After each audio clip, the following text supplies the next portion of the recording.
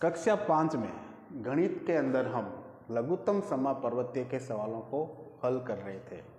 तो आज हमने जो सवाल लिया है आपकी पुस्तक का वो है कि एक माली फूलों से 25, 50 तथा 75 फूलों की मालाएं बनाता है, तो एक फूल भी शेष नहीं बचता, तो फूलों की कुल संख्या बताइए। यानी वो एक माली फूलों से क्या करता है, 25 की, 50 की और 75 फूलों की मालाएं बनाता है। तो मालाएं बनाने के बाद एक फूल भी शेष नहीं बचता, तो आपको फूलों की कुल संख्या बतानी है कि फूलों की कुल संख्या है कितनी।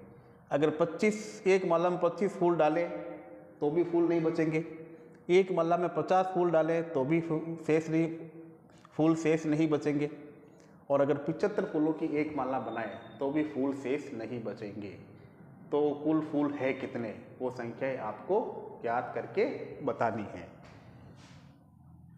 तो फूलों की कुल संख्या ज्ञात करने के लिए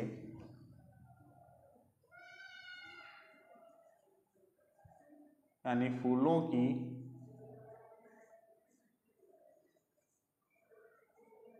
कुल संख्या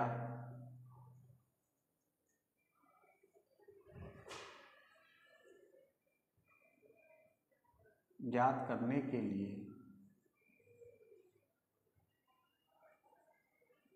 25, 50 और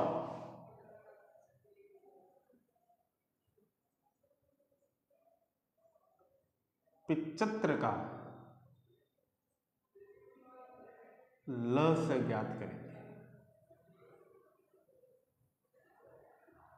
लस ज्ञात करेंगे तो संख्याएं हैं हमारे पास 25, 50, 75, 25, 50 और 75। तो लस के लिए हम तीनों संख्याओं को एक साथ भाग विधि के द्वारा हल करते हैं। तो हम इसके अंदर सबसे पहले सबसे छोटी जो भाज्य संख्या होती है 2, उसका भाग लगाएंगे। तो देखिए 25 का इकाई का अंक 5 है, तो ये 2 से विभाजित नहीं होगा, तो हम 25 वापस उसे अपनी जगह पे उतार देंगे।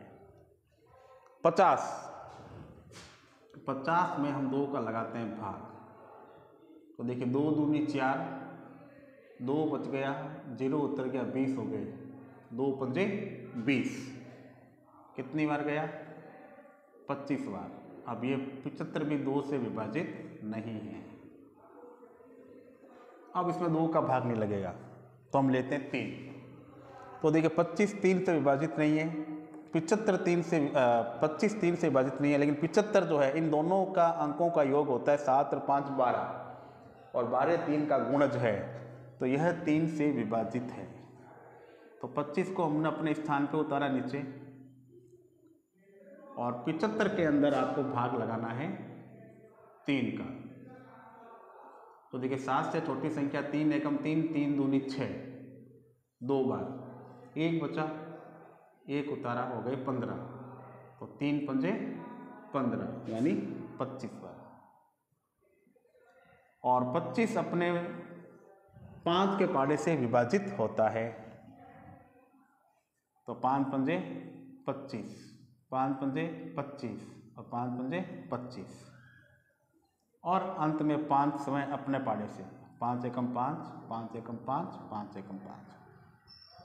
यानी ये हमने दी गई संख्याओं का अभाज्य गुणनखंड ज्ञात किया। अब वो लस से ज्ञात करने के लिए ये जो हमारे पास अभाज्य संख्याएं निकली है, इनकी हम क्या करेंगे, आपस में गुणा। यानी 25, 50 और 75 का लस, और लस से निकालने के लिए इन अभाज्य गुणनखंड की संख्याओं को हम क्या कर देंगे, गुणा कर देंगे। तो 2 × 3 × 5 × 5।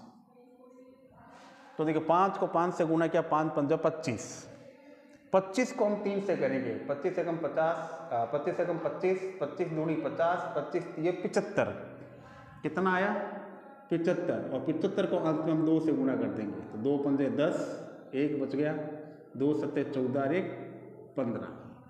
तो हमारे पास आंसर आया 150। तो हमने क्या पूछा था हमसे कि फूलों की कुल संख्या बताइए। तो फूलों की कुल संख्या ज्ञात करने के लिए हमें इसका क्या निकालना था, लघुत्तम। अब देखिए अगर 150 फूल है, 150 फूलों से अंदर अगर हम 25 फूलों की एक माला बनाएं तो ये पूरा 25 जो है 25 से 150 पूरी तरह विभाजित होता है। अगर 50 फूलों की माला बनाएं तो 50 का भाग हम 150 में पूरा जाता है। इसी प्रकार 75 का भाग भी 150 में 150 में पूरी तरह जाता है, यानी कुछ भी शेष फल नहीं रहेगा। तो हम यहाँ नीचे लिखेंगे अतः